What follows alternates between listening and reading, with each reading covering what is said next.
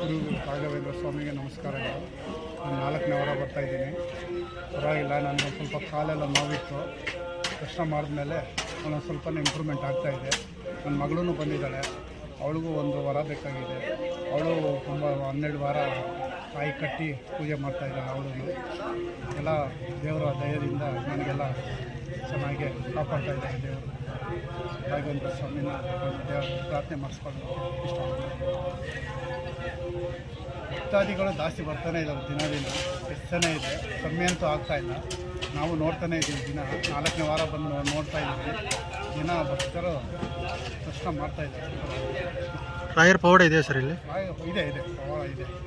ಅಲ್ಲಿ ಅಷ್ಟಿಲ್ಲದೆ ಯಾರೂ ಬರೋಲ್ಲ. ನಾನೇ ಬರ್ತಾಯಿದ್ದೀನಿ. ನನ್ನ ರಾಘವೇಂದ್ರ ಸ್ವಾಮಿ ಬರೋದೋ ಬೇಡ ಅಂತಂದಿದೆ, ಅವರೇ ಕರ್ಸ್ಕೊತಾ ಇದ್ದಾರೆ. 4ನೇ ವಾರ 3ನೇ ವಾರ ಬಂದೆ. 4ನೇ ವಾರಕ್ಕೆ ತಿರ್ಗಾ ಕರ್ಸ್ಕೊಂಡ್ರು. ಸ್ವಾಮಿ ದಯದಿಂದ ನಾನು ಪ್ರಾರ್ಥನೆ ಮಾಡ್ಕೊಂಡು ಸ್ವಾಮಿನ